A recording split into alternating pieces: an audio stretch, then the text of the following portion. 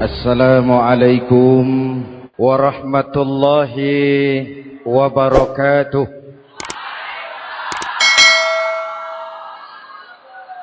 Alhamdulillah wassalatu wassalamu ala sayyidina Rasulillah sayyidina wa maulana Muhammad ibn Abdullah wa ala alihi wa sahbihi wa man tabi'ahu wa wala. La haula wa la quwwata illa billah. Subhanaka la ilma lana illa ma 'allamtana innaka antal alimul hakim. Wa la haula wa la quwwata illa billahil aliyyil azim.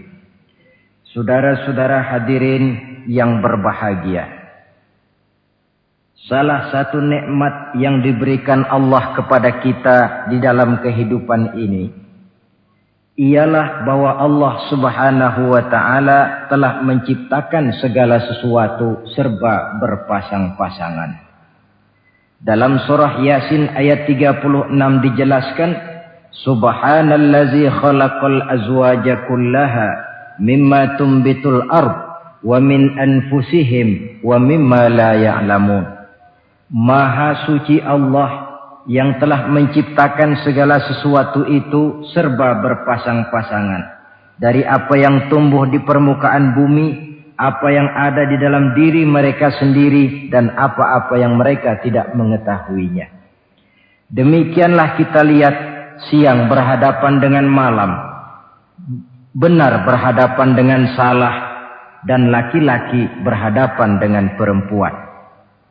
Setelah Allah menciptakan segala sesuatu itu serba berpasang-pasangan, maka Allah menetapkan aturan permainan yang mengatur seluruh kehidupan makhluk yang serba berpasang-pasangan itu. Kita tentu maklum, apapun saja yang kita lakukan dan kita perbuat tanpa ada aturan akan berakhir dengan kekacauan. Cobalah kita bikin satu sekolah, buka satu sekolah, tidak usah pakai aturan, tentu kacau. Bikin organisasi tanpa memakai aturan, tentu kacau. Demikian daripada kehidupan ini. Kalau tanpa ada aturan, tentu kekacauan yang akan timbul. Allah pencipta manusia. Allah tahu benar kemampuan maksimal manusia. Oleh sebab itu, aturan permainan yang diturunkan Allah tentu sesuai benar untuk manusia. Satu contoh kecil. Pabrik mobil di Jerman bikin mobil namanya Mercy. Seiring dengan itu dia keluarkan buku petunjuknya. Mobil ini namanya Mercy. Kecepatan maksimal sekian ratus kilometer per jam. Daya angkut maksimal sekian ratus kilogram. Kalau rusak memperbaikinya begini, onderdilnya pun ini. Karena pabriknya yang membuat mobil, lalu pabriknya pula yang mengeluarkan buku petunjuk, sudah tentu buku petunjuk itu sesuai benar dengan mobilnya. Dan tidak bisa kita punya mobil Mercy rusak, lalu kita perbaiki dengan menggunakan buku petunjuk yang dikeluarkan oleh pabrik mobil Toyota misalnya. Jelas mobil bukan tambah baik, malah makin hancur tidak karu-karuan. Kalau manusia menginginkan satu hidup yang baik, tidak ada pilihan lain. Dia harus memakai aturan yang diturunkan oleh yang bikin manusia. Dan aturan itu telah turun dalam bentuk agama Islam yang kita cintai ini. Manusia laki-laki dihiasi dengan perasaan senang cinta kepada perempuan. Itu biasa, normal, wajar. Tapi lalu Allah menurunkan aturan permainan. Yang kalau peraturan ini dilanggar akan membawa kerugian bagi manusia sendiri. Bahwa laki-laki senang sama perempuan itu normal. Agama membuat aturan, silahkan senang, tetapi lewat satu pintu yang disebut nikah. Kalau peraturan ini diabaikan, yang rugi tentu manusia sendiri. Misalnya PLN keluarkan pengumuman, Nanti malam mulai jam 6 sampai subuh listrik se-Jakarta mati total. Kita ingat, ini nanti malam saya giliran ronda. Pagi-pagi sudah kita siap beli batu baterai, masukkan ke dalam baterai. Dari sejak kita beli sampai sore itu baterai kita soroti terus. Tentu setelah sore soak batu baterai itu. Datang malam berangkat kita ronda. Kalau disoroti lagi kan baterainya sudah nggak terang lagi. Sudah soak. Sebab apa? Belum waktunya sudah disoroti terus. Sekarang kalau ada orang belum masuk pintu pernikahan, nafsu seksualnya diobral terus. Itu kan sama juga belum datang malam baterainya sudah disoroti terus. Nanti masuk pernikahan soak. Berhadapan dengan istrinya barangkali sudah nggak bisa apa-apa, cuma nyengir saja. Yang rugi manusia sendiri. Itulah sebabnya Allah lalu mengatur bahwa laki senang sama perempuan lewat satu pintu yang disebut dengan nikah. Maka pada pertemuan kali ini kita akan bicara tentang nikah dalam Islam.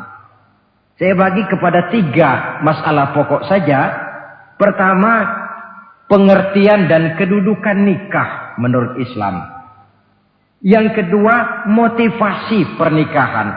Karena apa orang itu seharusnya melakukan nikah.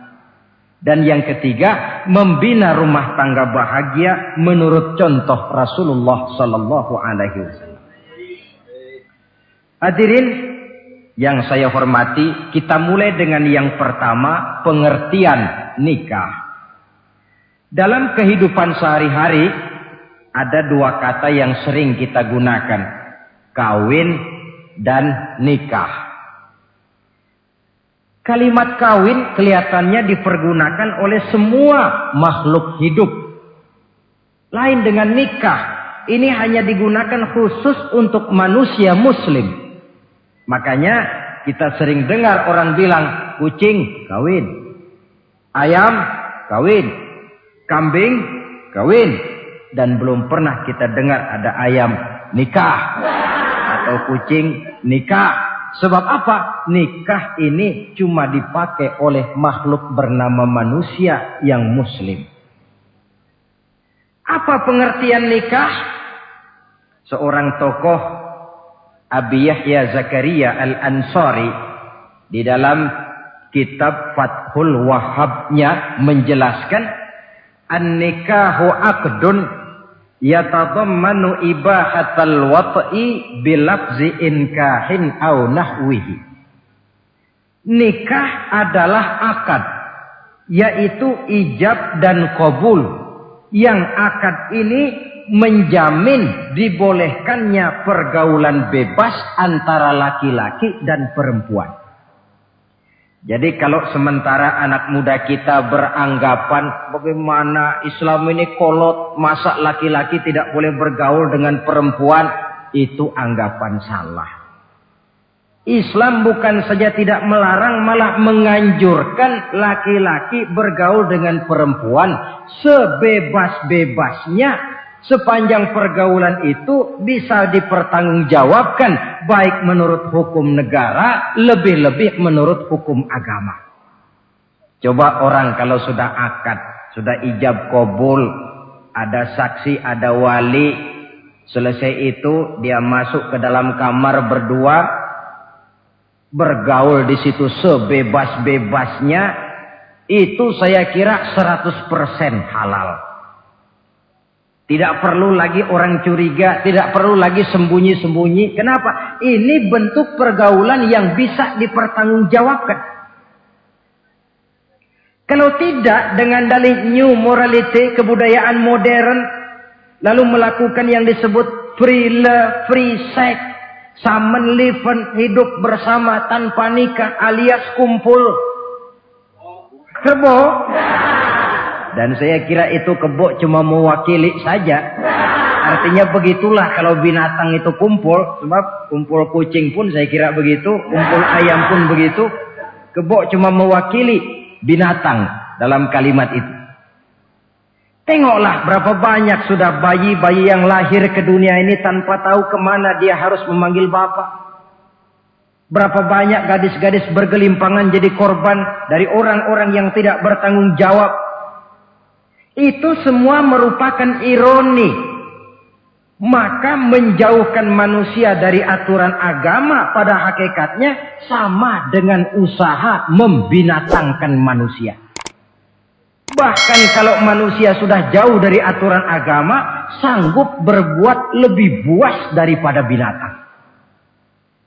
Kita tahu yang namanya bajing itu makanannya cuma kelapa.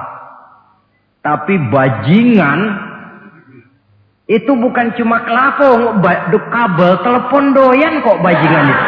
Jauh lebih buas daripada yang namanya binatang. Maka agama ini mengatur agar manusia sebagai makhluk yang mulia hidup secara mulia. Jangan manusia kita ini, binatang saja. Kalau saudara ada yang punya kucing di rumah, saudara taruh di depannya, saudara sendiri yang langsung kasih ikan di piring, kasih kucing. Aduh, dia akan makan dengan tenang, nikmat, lahap, tidak nengok kiri, tengok kanan. Kenapa? Dia yakin betul yang dia makan itu sudah resmi, sah. Sebab apa? Tuan rumah yang kasih. Tapi kalau si kucing ngambil sendiri di dapur, mencuri dia, setelah dapat dia bawa lari, makan pun tidak tenang. Kenapa? Mesti nengok kiri, nengok kanan. Rupanya instingnya pun bekerja. Ini bukan hak saya mencuri. Saudara-saudara, tengok orang yang sudah terlibat dalam pergaulan suami istri yang sah. Itu kan gak perlu tengok kanan, tengok kiri. Gak perlu takut-takut. Kenapa? Sudah sah. Tapi kalau yang bukan istrinya, wah itu bu, sudah seperti kucing nyolong ikan, tengok kiri, tengok kanan, tidak pernah mengalami ketenangan. Itu selintas pengertian nikah. Lalu bagaimana kedudukan nikah menurut Islam? Ternyata nikah dalam pandangan Islam tidak cuma sekedar untuk memenuhi kebutuhan biologis manusia. Tidak cuma sekedar untuk memperkembangbiakkan keturunan. Tidak cuma sekedar untuk mendapat ketenangan hidup. Lebih tinggi daripada sekedar itu, nikah dalam pandangan Islam ibadah. Jadi kalau kita ditanya, Pak, ibadah apa yang paling enak dalam Islam? Jawabannya jelas, nikah. Begitu enaknya ibadah yang namanya nikah ini, sampai yang sudah pernah pun pengen ulangan. Namanya ibadah. Tetapi tentu ada konsekuensi. Oleh karena nikah ibadah, dan semua ibadah dalam Islam tidak boleh dikerjakan setengah hati atau main-main. Sholat ibadah, tidak boleh main-main atau setengah hati atau coba-coba. Puasa ibadah, tidak boleh main-main, setengah hati atau coba-coba. Dan oleh karena nikah pun ibadah, punya nilai sakral, juga tidak boleh main-main, setengah hati atau coba-coba. Dus nikah eksperimen tidak dikenal dalam Islam. Mas, saya dengar sampean sudah nikah ya? Iya mas, saya cuma nyoba saja kok ini kok. Kalau enak terus, enggak ya bubar. Ini tidak ada nikah eksperimen. Sebab dia punya nilai sakral yang bermotifkan ibadah. Itu pengertian dan kedudukan nikah. Lalu apa motivasi suatu pernikahan? Karena apa seharusnya orang nikah itu? Apa landasannya? Saudara, hadis yang diriwayatkan oleh Imam Bukhari, Muslim, Abu Dawud dan Ibnu Majah dari Abi Hurairah menjelaskan Nabi bersabda, "Tunkahul mar'atu li arba'in." Nikahilah perempuan karena 4 perkara. Kalau dia perempuan tentu nikahilah laki-laki karena 4 perkara. Memilih jodoh, nah inilah lengkapnya konsepsi Islam. Milih jodoh saja Islam itu memberikan petunjuk kok. Karena apa orang memilih jodoh itu? Kata Rasul karena 4 faktor. Pertama, liha. Karena dia orang kaya. Cari yang kaya. Yang kedua, lihasabiha. Karena dia keturunan orang baik-baik. Cari keturunan orang baik-baik. Yang ketiga, lijamaliha. Karena dia cantik. Cari yang cantik. Dan yang keempat, lidiniha. Karena dia orang taat beragama. Cari orang yang taat beragama. Kalau berkumpul keempat-empatnya, rasanya surga dunia sudah. Coba lihat. Suami mana sih yang tidak bangga punya istri cantik, kaya, keturunan orang baik-baik, lalu taat beragama? Atau istri mana sih yang tidak bangga punya suami ganteng, kaya, keturunan orang baik-baik, dan taat pula beragama? Tapi kan terus terang yang kumpul keempat-empatnya kan boleh dibilang jenis makhluk langka ini. Sulit. Kadang-kadang cantik, kaya, akhlaknya kayak setan. Ada saja kurangnya. Oleh karena ada saja kurangnya, lalu Nabi memberikan stressing, penekanan. Fazfar bizatiddin taribat iyadak. Pilih orang yang taat melaksanakan agama, niscaya hidupmu akan berkah. Jadi motivasi suatu pernikahan hendaknya agama. Apa rahasianya? Mari kita lihat. Kalau orang memilih pasangan karena rupa yang cantik semata-mata, silakan, tapi jangan jadi motivasi utama. Kalau rupa yang cantik jadi alasan utama, saya yakin rumah tangga tidak akan tahan lama. Sebab apa? Pertama, yang namanya cantik itu relatif. Artinya bergantung siapa yang memandang. Yang menurut saudara cantik, menurut saya belum tentu cantik. Yang kata saya cantik, menurut saudara barangkali itu yang jelek. Relatif. Saya kalau ditanya orang, Ustadz siapa perempuan paling cantik di dunia ini? Tentu saja saya jawab istri saya. Apa saudara lalu protes? Salah Ustadz, yang cantik istri saya bukan istri Ustadz. Saya bilang masa bodoh saya nggak ngurusi istri sampean. Cantik itu relatif. Sehingga di kalangan para ahli cinta, ahli cinta, sampai sekarang masih jadi perdebatan. Sebenarnya cantik yang bikin orang jatuh cinta, apa cinta yang membuat orang jadi kelihatan cantik? Dua-duanya bisa terjadi. Mungkin karena cantik orang jatuh cinta, dan bisa juga karena sudah kadung cinta orang kelihatannya jadi cantik. Tapi yang jelas cantik relatif. Yang relatif tidak bisa dijadikan sandaran utama.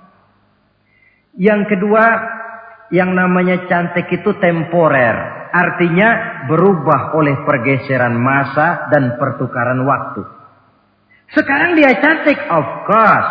Sedang sweet 17-an, sedang honeymoon, sedang bulan madu, sedang pengantin baru. Tentu saja cantik. Punya dia anak 1, kecantikan mulai menurun. Punya dia anak 2, kulit mulai keriput. Punya dia anak 3, apalagi tak pandai bersolek, sudahlah onderdir mulai pada copot. Kalau rumah tangga didasarkan kepada rupa yang cantik saja, selesailah rumah tangga sampai di situ. Yang ketiga, di atas langit, rupanya masih ada langit lagi. Di atas yang kita anggap cantik, rupanya masih ada yang lebih cantik. Kalau cantik yang kita kejar, kita akan jadi petualang yang pindah dari perempuan satu ke perempuan yang lain. Cinta bajak laut namanya. Di mana kapal berlabuh, di sana cinta mendarat.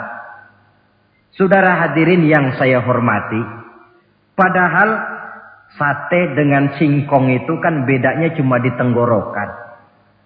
Kalau sudah masuk ke dalam perut, kenyangnya barangkali sama. Malah barangkali besok pagi kalau keluar lebih tidak enak baunya sate itu daripada singkong. Makanya orang kalau sudah nikah oleh Nabi dipesan, apabila kamu di jalan melihat perempuan yang membuat kamu kagum, cepat-cepatlah pulang ke rumah. Sebab apa? Sebab yang perempuan cantik di jalan kau lihat itu punya, istrimu juga di rumah punya. Gak percaya cobalah pulang, akurin, sama itu. Silahkan cari yang cantik, tapi jangan dijadikan motivasi utama. Yang kedua, kalau perkawinan, pernikahan cuma karena harta, silahkan cari yang kaya. Tapi kan harta itu, kata Imamul Ghazali, al-mal zillun zail. Harta bagaikan bayangan. Sore di sebelah barat, tengah hari di tengah, sore pindah ke sebelah timur. Hari ini dia kaya, besok dia bangkrut. Roda itu berputar. Kalau harta dijadikan pilihan utama, boleh jadi dalam hidup berumah tangga ada pepatah, ada uang abang disayang, tidak ada uang abang melayang. Artinya pun rumah tangga tidak akan tahan lama. Yang ketiga, kalau karena keturunan, persilahkan cari keturunan yang baik-baik. Namun toh pada akhirnya orang diajarkan bahwa kita ini mau besar atau tidak, bukan dengan jalan menyempeng kepada kebesaran orang lain, tetapi ditentukan oleh kepribadian kita sendiri. Sekarang kalau karena agama, Nabi berikan penekanan fazfar bizatid din taribat yadak. Pilih orang yang taat beragama, niscaya hidupmu akan beruntung. Apa rahasianya? Tidak lain rumah tangga Rasulullah Sallallahu Alaihi Wasallam. Yang ini artinya kita sudah masuk kepada bagian ketiga, bagaimana membina rumah tangga bahagia menurut contoh baginda Nabi. Saudara, bagaimana sih rumah tangga Rasul itu? Kelihatan dari dua ucapannya, pendek, singkat, tapi punya pengertian filosofis yang mendalam. Dua kalimat saja beliau bilang tentang rumah tangganya, yaitu baiti jannati, rumah tanggaku laksana sorga bagiku. Bayangkan, kalau seorang suami sudah mampu berkata macam begitu, bahagia hidupnya. Ini barangkali tantangan buat kita semua. Mampukah kita di rumah tangga berkata semacam perkataan beliau tadi? Baiti jannati, rumah tanggaku laksana sorga bagiku. Padahal dari sejarah kita baca, Rasul itu rumahnya kecil. Tidurnya di atas pelepah daun korma. Sampai berbekas di pipinya. Sarapan paginya seteguk zam-zam, sepotong roti, kadang-kadang 3 butir korma. Tempat tidurnya bukan alga spring bed atau Dunlop pillow macam kita punya. Di rumahnya tidak ada mebel spaghetti model yang lagi ngetop-ngetopnya. Entah di tengah rumah macam itu, beliau sanggup berkata, baiti jannati. Kenapa kita yang hidup di zaman di mana fasilitas mestinya lebih menunjang, kok malah banyak yang berkata sebaliknya? Baiti nari, rumah tanggaku laksana neraka bagiku.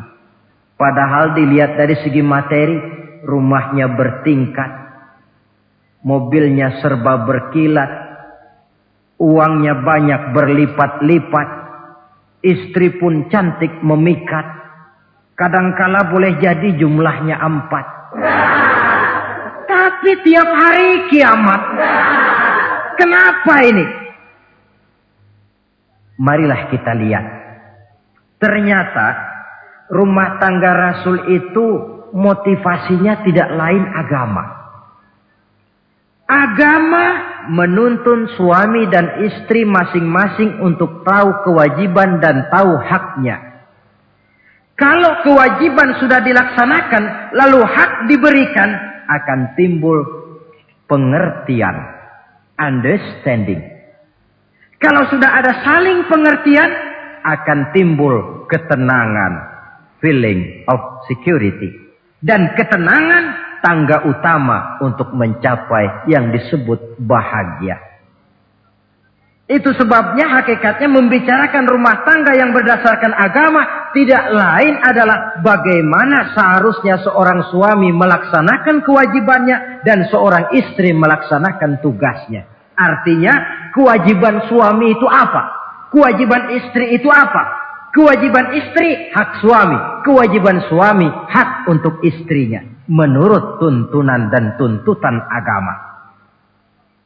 Saudara hadirin, menurut hadis riwayat Abu Dawud dari Muawiyah bin Haidah, satu hari Rasul ditanya, "Ya Rasul, apa sih hak istri-istri kami ini? Artinya kewajiban kami sebagai suami ini apa?" Rasul menjawab, pertama, anta ta'amaha iza ta'imta. Kau beri istrimu makan sebagaimana engkau makan. Nah, saudara hadirin, tetapi seorang istri pun kalau sudah diberikan nafkah oleh suaminya untuk mengatur makanan, dia harus pandai mengaturnya dengan sebaik-baiknya. Menu yang teratur, gizi yang lengkap, dan saya kira yang namanya 4 sehat 5 sempurna itu kan tidak berarti bahwa hidup ini harus serba mewah, tidak. Yang penting ada variasi sehingga tidak merangsang suami untuk makan di luar. Jangan misalnya tahu suaminya senang jengkol lalu tiap hari saja jengkol. Itu kan bisa kejengkolan suami. Dengan demikian, masalah yang kelihatannya sepele tetapi yang sebenarnya bisa menjaga keharmonisan atau malah keretakan rumah tangga harus kita perhatikan dengan sebaik-baiknya. Suami memberikan nafkah. Dari jumlah itu 60% lari ke kredit, 40% lari ke dapur. Tentu pada akhirnya sang suami akan merasa curiga. Padahal barangkali istrinya pun berniat baik. Cuma hanya tidak ada keterbukaan di dalam mengurus masalah-masalah yang berhubungan dengan dapur. Inilah kewajiban yang pertama dari seorang suami. Kewajiban yang menyangkut masalah pangan.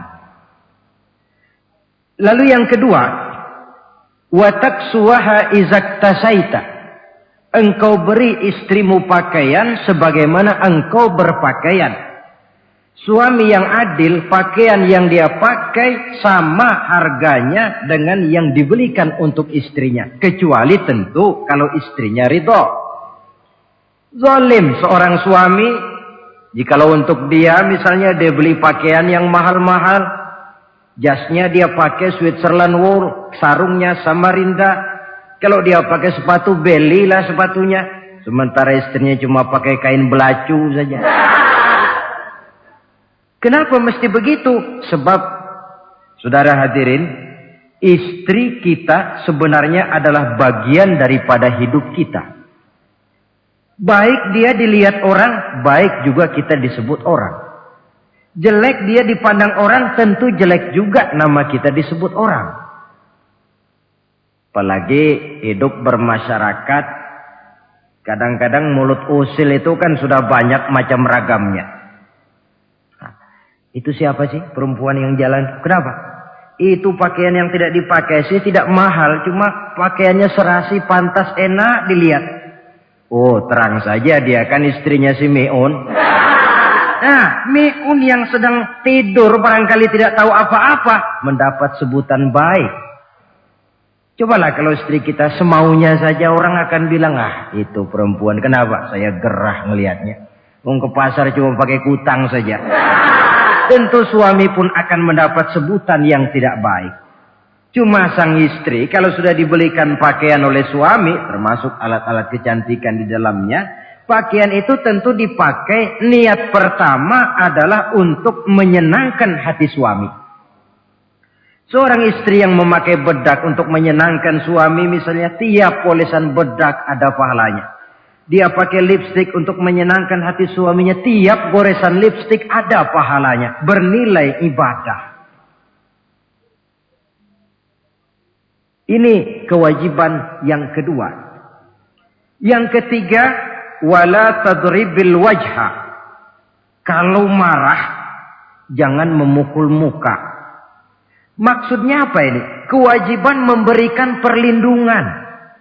Sehingga si istri merasa ada tempat dia mengadu, ada tempat dia melarikan persoalan, ada tempat dia bergantung. Kalau marah jangan memukul muka, dan memukul itu pun upaya terakhir. Kalau tidak bisa dengan kata yang lemah lembut, agak sedikit keras katanya. Kalau dengan kata yang keras tidak juga bisa pisah tempat tidur. Kalau memang tidak bisa juga dengan pukulan yang tujuannya bukan untuk menyakiti, tetapi untuk mendidik. Allah tadribal wajha. Kalau marah jangan memukul muka. Dan memukul pun bukan jalan pertama, tapi upaya terakhir dengan tujuan bukan untuk menyakiti, tapi untuk mendidik sang istri. Kewajiban untuk memberikan perlindungan. Yang keempat, wala tuqabbih. Jangan memburuk-burukan istrinya. Kewajiban menjaga nama baik. Sebab apa? Dalam satu bahasa yang indah, Al-Quran menjelaskan bahwa suami istri itu laksana pakaian. Hunna libasul lakum wa antum libasun lahunna. Istri pakaian untuk suami, suami pakaian untuk istri. Lihatlah alangkah indah gaya bahasa Al-Quran ini. Diibaratkannya suami istri seperti pakaian. Apa fungsi pakaian? Pertama, pakaian itu kan jadi kebanggaan. Saya bangga memakai baju seperti ini. Saudara bangga memakai baju yang saudara pakai. Artinya, seorang suami harus berusaha menjadi suami kebanggaan istri. Dan seorang istri pun harus berusaha menjadi istri yang dibanggakan oleh suaminya. Jangan yang malah kemudian disesali. Itu kan kalau sudah marah orang kadang-kadang ucapannya nggak terkontrol. Istri marah sama suami, bang, nyesel gue punya laki kayak gitu. Sudah hilang lagi kebanggaan. Kalau kebanggaan hilang, wibawa pun hilang. Kalau wibawa sudah hilang, maka rumah tangga sudah sulit untuk dipertahankan.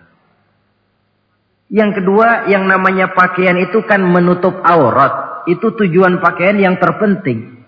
Artinya di sini, kalau seorang istri mempunyai kekurangan, suamilah yang menutupi. Kalau seorang suami mempunyai kekurangan, istri juga harus berusaha menutupi. Jangan kekurangan suami diceritakan di pasar umum. Atau kekurangan istri dibuka di mana-mana. Itu namanya suami istri tidak berfungsi sebagai pakaian, malah justru saling membuka aurat masing-masing. Inilah kadang-kadang penyakit ini. Kadang-kadang yang namanya perempuan dari rumah itu berangkat ngaji katanya. Sampai di pengajian apa? Suaminya diakur-akurin. Bayu bagaimana suami? Wah, suami saya payah. Dipayahkannya suaminya di mana-mana. Atau aib dan kekurangan istri diceritakan di mana-mana. Orang bertanya, gimana mas istrinya? Oh, gak maju.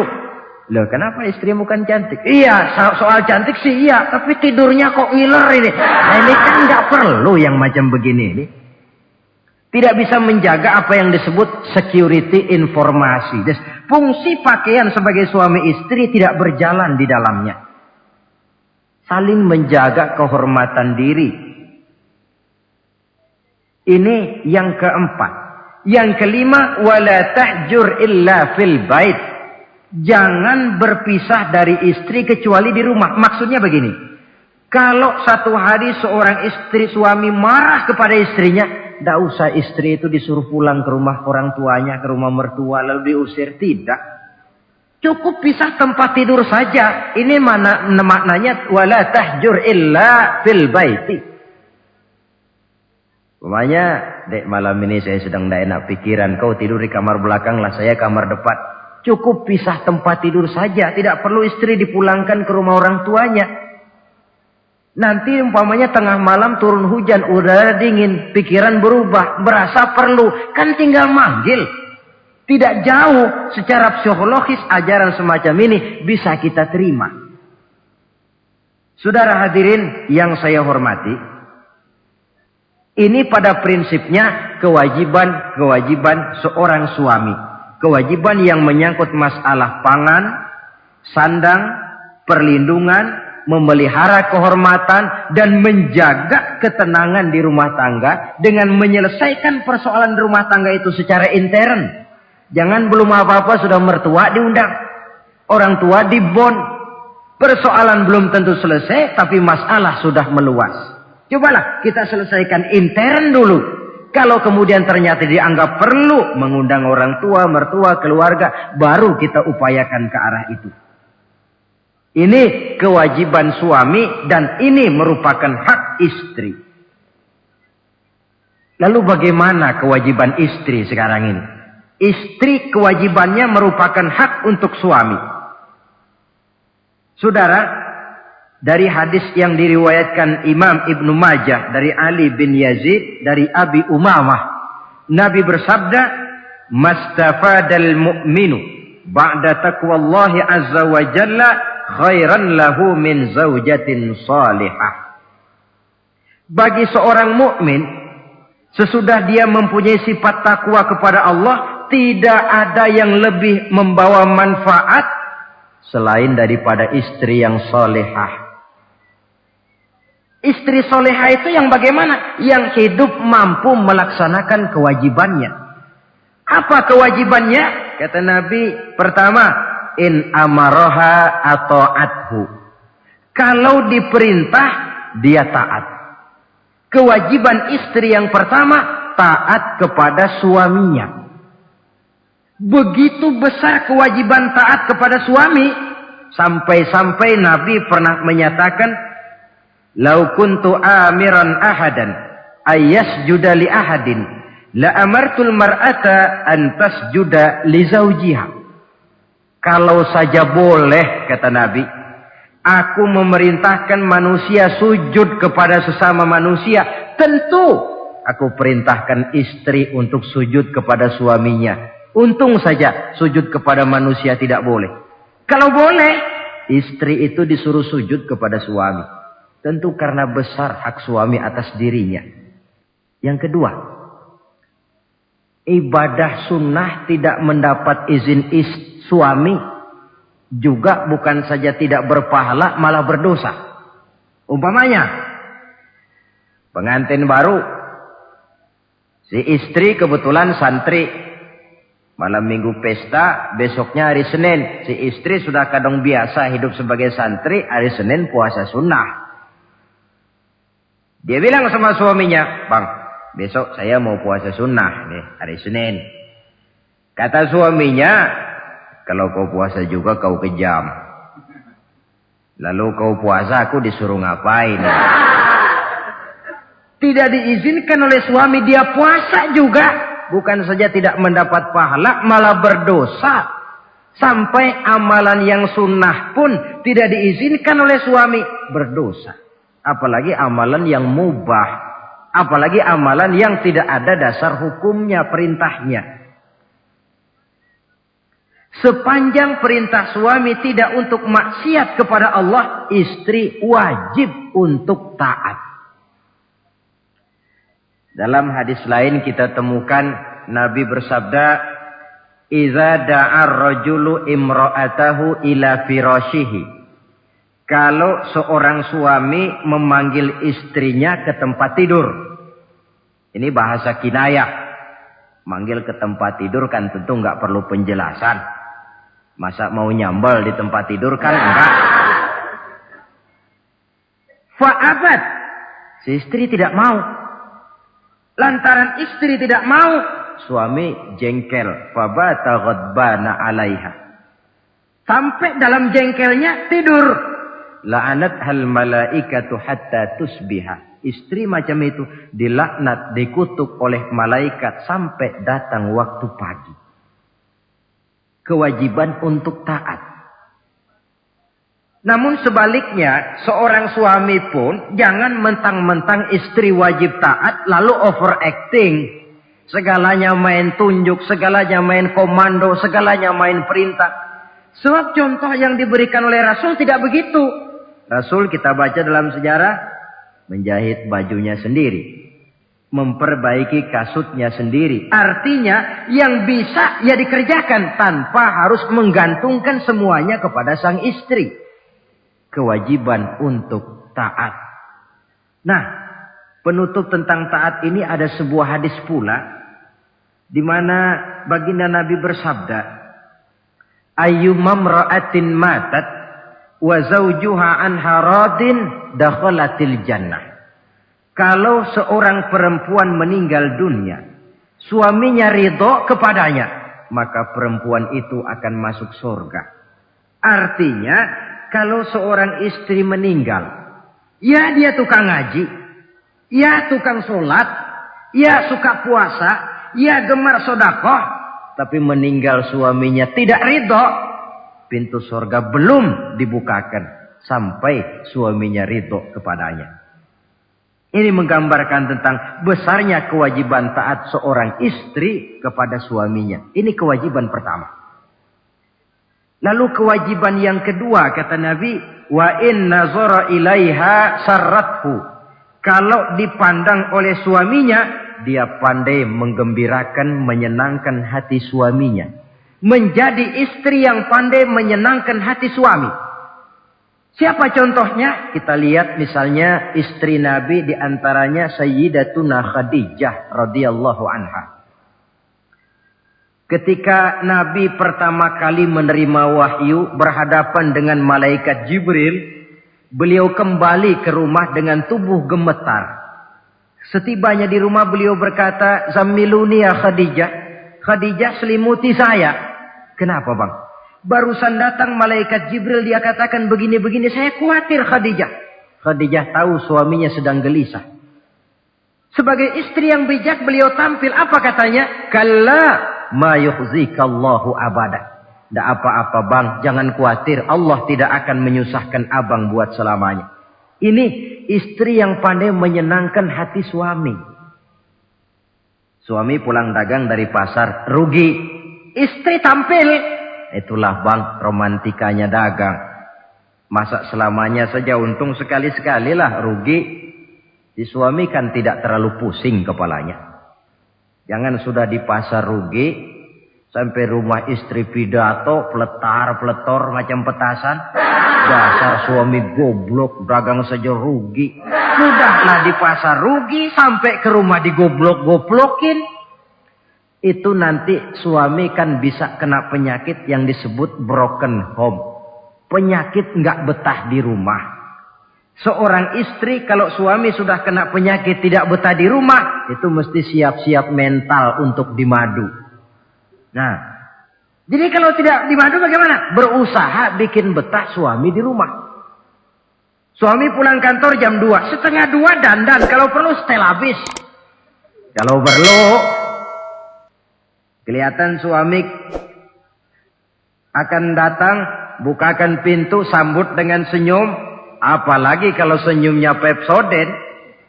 Saya kira suami bagaimanapun lelahnya, peras keringat, banting tulang, pulang mencari nafkah. Kalau kembali di rumah disambut dengan senyum, hilang capeknya. Tapi bayangkan, sudahlah di kantor capek, peras keringat, banting tulang. Sampai pula di rumah yang nyambut cuka sama kukusan. Udah asem, monyong. Suami mana yang kerasan tinggal di rumah? Menjadi istri yang pandai menggembirakan, menyenangkan hati suaminya.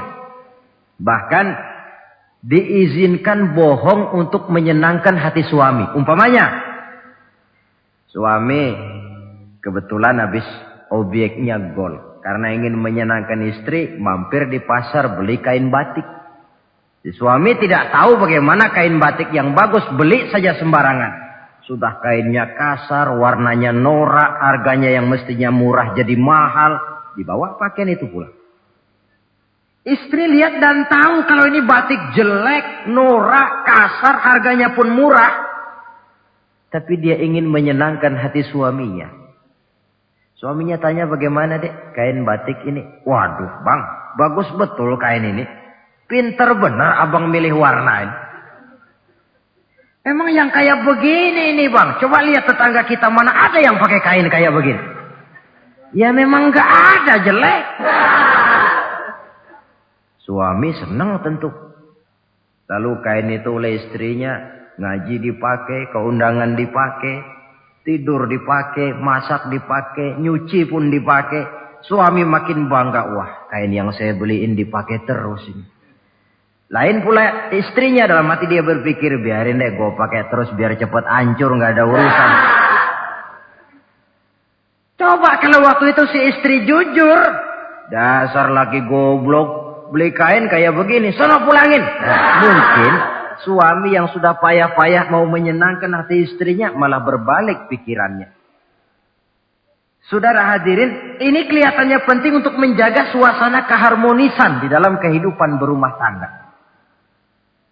Begitu pula pengertian seorang suami. Rasul pernah pulang dari masjid agak larut malam, rupanya banyak orang bertanya. Ketuk pintu, Assalamualaikum. Sampai 3 kali tidak dibukakan pintu. Rupanya Aisyah lelap benar tidurnya. Rasul sadar beliau pulang kemalaman. Dan tahu istrinya capek bekerja di waktu siang. Ashraful Anbiya wal Mursalin ini menghormati istrinya. Salam 3 kali tak dibukakan pintu. Bukan marah. Malah gelar sorban di depan pintu. Di situ beliau tidur. Tengah malam Aisyah mau sholat. Buka pintu. Terkejut lihat suaminya tidur di depan pintu. Dibangunkan. Begitu dibangunkan Rasul lebih dahulu berkata, Aisyah, maafkan saya. Saya pulang terlambat memang sebab banyak yang bertanya di masjid. Sudahlah tidur di depan pintu. Begitu dibukakan, beliau dulu yang minta maaf. Sulit jadi suami semacam ini. Yang enak kalau sudah nggak dibukain pintu, istri kepulesan lalu sekali buka pintu, kan yang enak kita tunjuk jidatnya. Lo tidur kayak kebo ya. Saudara hadirin, menjadi istri yang pandai menyenangkan hati suaminya. Sebab tidak ada seorang suami bisa sukses. Baik di medan tugas, di masyarakat, di kantor, di toko, di tempat manapun. Kalau tidak ditunjang oleh peran serta dari para istrinya. Karena itulah perempuan walaupun peranannya tidak begitu kelihatan. Sebenarnya sangat menentukan. Seorang suami yang jujur, polos, lugu, sederhana, sanggup menjadi koruptor ulung karena didorong-dorong oleh istrinya. Merangsang ketamakan suami. Istri dibakar oleh tetangganya. Bang, kenapa? Kau kan di kantor kepala bagian. Lalu, tangga kita pegawai kecil saja bang. Tapi coba lihat istrinya kalau pakai gelang kayak pelek beca bang gelangnya. Kau kepala bagian gak bisa beliin saya macam gitu, kepala bagian goblok. Lalu bagaimana Bu, gaji saya kan sudah jelas segitu. Iya, kamu kan kepala bagian. Apaan kayak di kantor sabet. Kalau sudah main sabet-sabetan begini, sudah merangsang suami untuk berbuat yang tidak baik. Kecil, tidak begitu kelihatan, tapi sangat menentukan.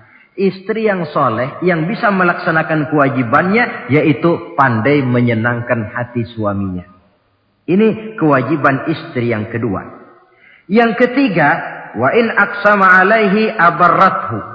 Kalau suami memberikan sesuatu, dia pandai berbakti. Menjadi istri yang pandai bersyukur kepada suami. Kita ingat ketika pulang Mi'raj kan Rasul bercerita. Saya dalam perjalanan itu diperlihatkan neraka, kata Rasul. Saya lihat kok isinya kok lebih banyak perempuan daripada laki-laki. Nah, sahabat heran, ya Rasul, lebih banyak perempuan? Iya. Apa mereka tidak sholat? Sholat. Apa mereka tidak pernah hadir di majelis taklim? Oh, rajinan dia sama suaminya. Ada apa? Tidak pernah baca Quran? Rajin. Lalu kenapa kok isinya kebagian besar perempuan? Rasul menjawab, hunna yakfurnal ashir. Mereka umumnya tidak pandai bersyukur kepada suaminya. Hujan panas setahun dibalas dengan hujan sehari. Kalau suaminya sedikit salah sudah kehilangan pertimbangan. Tertutup seluruh kebaikannya. Yang kelihatan cuma salahnya saja. Maka sebaiknya di dalam hidup berumah tangga, baik suami maupun istri itu masing-masing sedia timbangan. Kalau satu saat suami salah, istri ambil timbangan. Timbang. Suami saya salahnya ini, jasanya ini. Bertahun-tahun dia hidup mencari nafkah buat saya, membelikan pakaian untuk saya, mencarikan makan untuk saya. Salahnya ini, timbang mana lebih banyak salahnya atau benarnya. Dengan demikian kita akan bisa menghasilkan keputusan objektif. Giliran istri yang salah, suami yang ambil timbangan, ukur mana lebih banyak baiknya atau salahnya. Kalau tiap kita masing-masing punya timbangan, insya Allah nilai-nilai objektif dari suatu pertimbangan akan bisa kita temukan dalam mengambil keputusan. Istri yang pandai berbakti membalas budi daripada suaminya. Kewajiban yang keempat dari seorang istri, wa in ghaba anhu nasahathu fi nafsiha wa malihi. Kalau suami tidak ada di rumah, dia pandai menjaga kehormatan dirinya dan pandai menjaga harta suaminya. Tidak mencari kesempatan dalam kesempitan. Suami lembur, istri ngompreng. Dan pandai menjaga harta suaminya. Nah, coba lihat. Kalau seorang suami ada uang di kantongnya 100 rupiah. Ada tukang minta pengemis.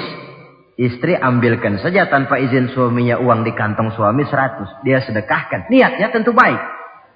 Si istri dapat dosa. Si suami dapat pahala. Perbuatan sedekahnya itu betul. Tapi mengambil uang tanpa izin suami itu yang salah. Dan ternyata salah itu lebih besar daripada pahala yang dia lakukan lantaran bersedekah itu.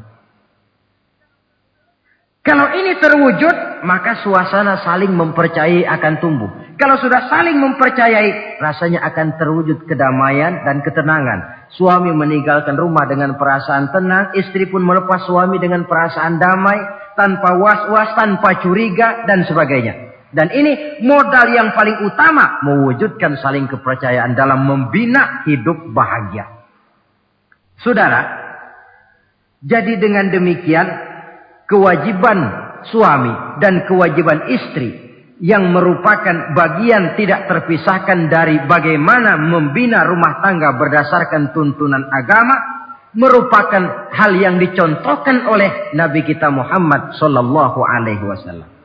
Dengan satu kesimpulan, rumah tangga Nabi bahagia karena rumah tangga itu disinari oleh ajaran-ajaran agama. Sehingga timbul saling pengertian membawa kepada ketenangan. Dan ketenangan sesungguhnya tangga utama mencapai rumah tangga bahagia. Tanpa materi orang memang sulit untuk bahagia. Tapi materi semata-mata bukan merupakan jaminan bahwa orang akan hidup bahagia. Banyak isak tangis berbunyi di rumah-rumah mewah. Dan banyak sendak gurau, tawa dan canda, tawa lerai di rumah-rumah sederhana.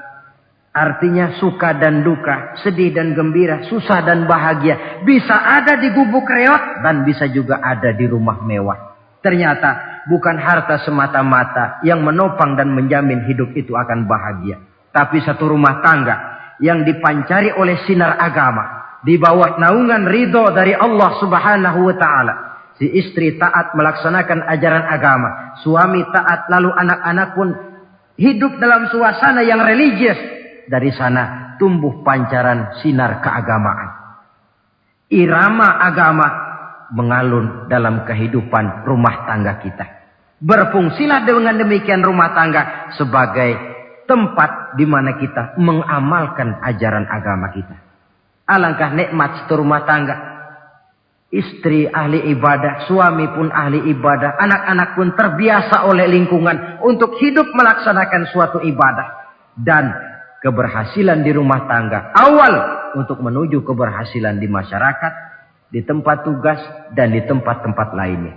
Sebaliknya, kehancuran rumah tangga akan selalu menjadi awal kehancuran karir di masyarakat, di tempat kerja, dan di tempat-tempat lainnya.